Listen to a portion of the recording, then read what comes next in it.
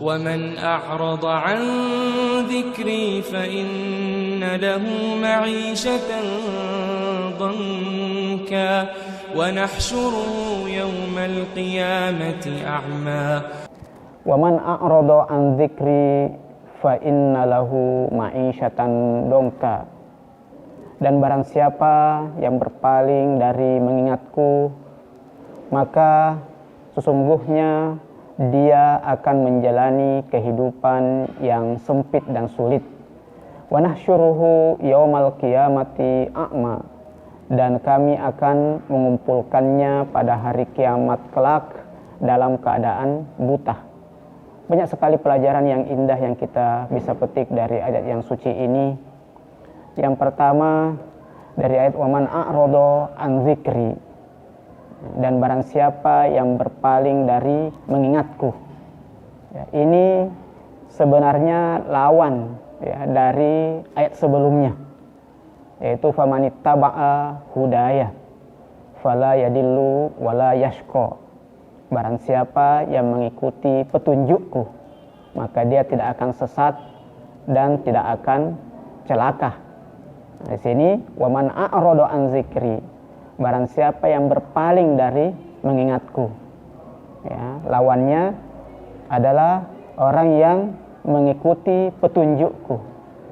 Maka kadang juga diterjemahkan waman a'rada an dzikri di sini ya, yaitu peringatanku. Ya, bukan mengingatku.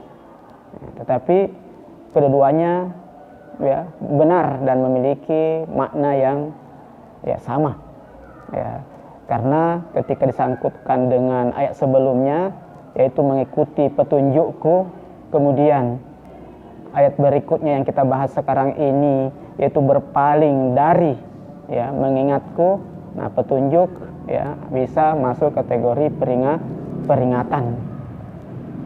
Kemudian pelajaran yang kedua yang kita bisa petik dari ayat yang suci ini, wa man a'rada an dzikri, barang siapa yang berpaling ya, dari mengingatku atau dari peringatanku. Ya, ini mengisyaratkan bahwasanya ma'rifatullah dan mengingat Allah Subhanahu wa taala itu hal yang bersifat fitrih atau fitrawi. Ya, Allah Subhanahu wa taala sudah menancapkan ya di dalam fitrah manusia ya, ma'rifatullah dan zikrullah dan mengingat Allah Subhanahu wa taala. Karena jika kita mengenal Allah Subhanahu wa taala sebagaimana mestinya, maka kita pasti akan senantiasa mengingatnya dan tidak mungkin kita berpaling darinya. Itu keniscayaan dari ma'rifatullah. Ya. Jadi sudah fitrah manusia mengingat Allah Subhanahu wa taala. Cuma karena hijabnya yang begitu banyak, ya, karena dosa-dosa yang dilakukan, karena keindahan dunia yang membuat dia terpukau, ya, dan menggoda, sehingga akhirnya fitrah ini tertutup. Nah, disinilah dikatakan berpaling, ya, berpaling. Kemudian pelajaran yang ketiga yang kita bisa petik dari ayat ini yaitu fa inna lahu ma'isyatan dongka.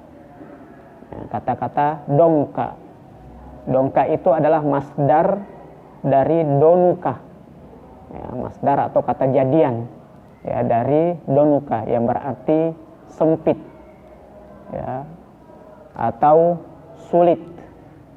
Yang mana ya kata dongka ini tidak memiliki musanna atau jamak ya, atau tidak memiliki muannas, itu kalau yang memahami bahasa Arab ya. Jadi di sini mufrad dan mudzakkar, tunggal ya, dan mudzakkar.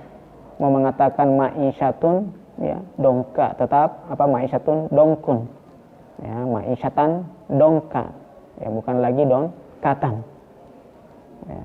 Kemudian ya dongkan ya berarti kehidupan yang sulit ya, baik lahir maupun batin, penuh dengan kegelisahan terasa kehidupan ini ya sangat ya sulit dan begitu pula sangat sempit. Ya. Kenapa? Ya, karena kehidupan ya, tidak pernah merasa puas, ya, sehingga selalu gelisah. Ya. Dia tidak pernah merasakan namanya kenikmatan rohani, ya, karena hatinya buta, ya, dan jiwanya terbelenggu oleh hal-hal yang bersifat duniawi, sehingga ya, senantiasa merasa sempit di dalam kehidupan ini. Walaupun kekayaan melimpah, tetapi tetap merasa sulit dan merasa sempit dan dipenuhi dengan kegelisahan. Ya, dan faktornya ya, karena hatinya buta ya, terhadap keindahan-keindahan maknawiyat, ya, keindahan-keindahan ya, rohani. Ya. Karena itulah yang merasakan ya, sebenarnya kebahagiaan. Kemudian pelajaran yang keempat yang kita bisa petik dari ayat yang suci ini, bahwasanya orang yang melupakan Allah Subhanahu wa Ta'ala dan tidak mengingatnya itu memiliki dua akibat yang disebutkan di dalam ayat ini. Yang pertama, fa inna lahu ma'isyatan dongka, yaitu dia akan menjalani kehidupan yang sulit dan sempit. Kemudian yang kedua, wa nahsyuruhu yaumal qiyamati a'ma, kami akan mengumpulkannya pada hari kiamat nanti dalam keadaan buta. Jadi kehidupan ya, di dunia ini dalam keadaan sempit karena melupakan Allah Subhanahu wa Ta'ala itu karena efek dan akibat dari perbuatannya, ya, karena tidak adanya Allah di dalam hatinya, ya, dia hanya terpukau kepada keindahan-keindahan dan kenikmatan duniawi, sehingga tidak pernah terpuaskan, ya, karena keindahan-keindahan duniawi senantiasa terpampang di depan matanya yang sekian banyak, sehingga ya, dia selalu ingin mengejarnya, sementara kemampuannya sangat terbatas, ya. Sehingga efek dari ya, keterkaitannya dengan dunia dan kerakusannya terhadap dunia, ya, dan tidak didampingi dengan mengingat Allah Subhanahu wa Ta'ala, ya, maka itulah yang menyebabkan kehidupannya sempit, ya, kehidupannya penuh dengan kegelisahan, ya. Dan adapun yang akibat yang kedua, yaitu dibangkitkan dalam keadaan buta, ya, itu Allah yang memberikan hukuman kepadanya. Makanya dikatakan nahsyuruhu, nahnu, ya, kami akan mengumpulkannya. Jadi akibat yang dia dapatkan nanti di hari akhirat yang berupa buta, ya, itu ya, adalah hukuman dari Allah Subhanahu wa Ta'ala. Sementara ya, kehidupan sempit yang dia alami di dunia ini itu akibat dari perbuatannya sendiri, karena meniadakan Allah di dalam kehidupan dunianya ini. Kemudian pelajaran yang kelima yang kita bisa petik dari ayat yang suci ini, bahwasanya kehidupan yang sulit ya, dan sempit serta penuh dengan kegelisahan ya, bukan berarti ya, khusus untuk orang yang tidak memiliki kekayaan. Justru ya, banyak di antara orang yang memiliki kekayaan, memiliki kepemilikan yang begitu banyak di dunia ini, ya, ya, tetapi mengalami kehidupan yang sempit, sulit, dan gelisah. Karena kalau kita melihat sekilas, ya, kalau kita berbicara tentang kehidupan sempit, ya, sulit, gelisah, itu langsung identik dengan orang miskin. Ya, tapi padahal hakikatnya kehidupan sempit, sulit, dan penuh dengan kegelisahan ini tidak memandang miskin ataupun kaya. Orang yang sudah terpukau hatinya dengan dunia dan mengejar dengan dunia dan tidak pernah puas ya dengan perolehannya ya dari dunia ini ya, dan tidak pernah sama sekali ridho menerima ketetapan Allah Subhanahu wa taala, baik dia kaya maupun dia miskin, maka pasti dia akan mengalami ya kehidupan yang sempit dan sulit dan dipenuhi dengan kegelisahan. Ya, karena kehidupan dunia manusia itu sangatlah terbatas. Ya, sementara apa yang terbentang di jagat raya ini, di alam ini, ya, terlihat banyak oleh para pecintanya, oleh para ya, pengejarnya. Ya, sehingga itulah yang membuat dia tidak pernah puas. Nah, ketidakpuasan inilah ya sehingga dia selalu merasa kekurangan. Ya, dan dari situlah sehingga hidupnya terasa sempit. Ya. Nah, itu akibatnya karena apa? Melupakan dan melalaikan Allah Subhanahu wa taala. Jadi kehidupan kaya dan miskin ya bukanlah jaminan untuk kebahagiaan. Ya, tetapi yang menjadi jaminan kebahagiaan adalah ingat Allah Subhanahu wa taala.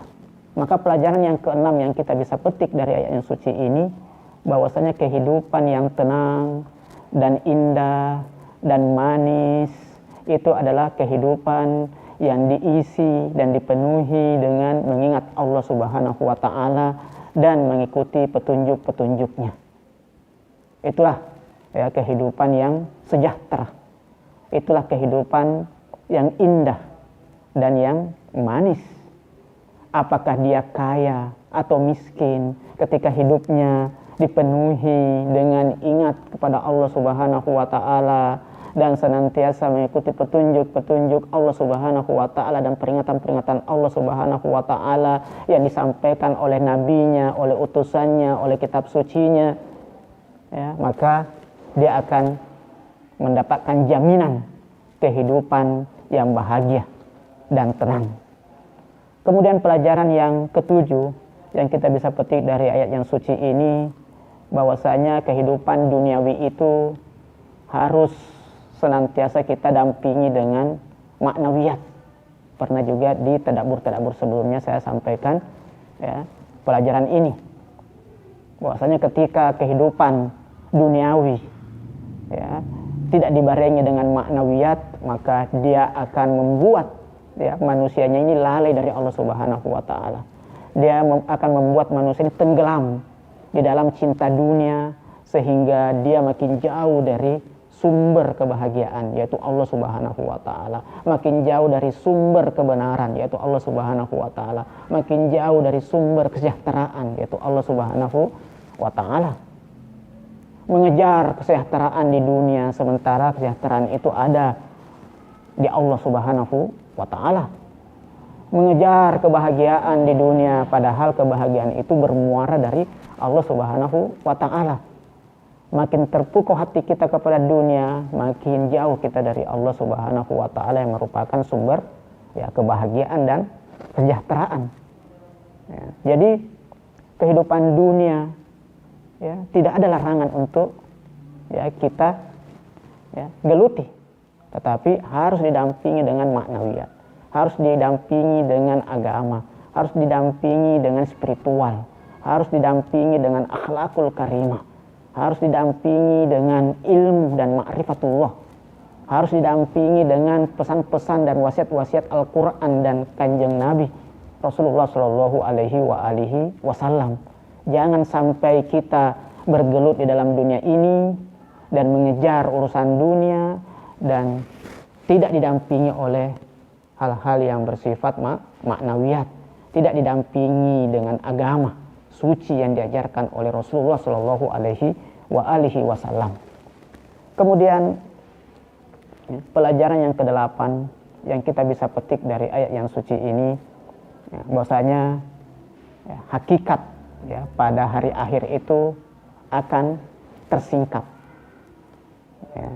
Sehingga itulah yang membuat orang yang senantiasa melalaikan Allah Subhanahu wa taala di kehidupan dunianya, ya, orang yang tidak mengikuti peringatan dan petunjuk Allah Subhanahu wa taala di dunianya, maka dia buta nanti di akhirat. Buta dari mana? A'ma di sini apa? Buta melihat rahmat Allah Subhanahu wa taala dan keagungan Allah Subhanahu wa taala dan karunia Allah Subhanahu wa taala di akhirat kelak.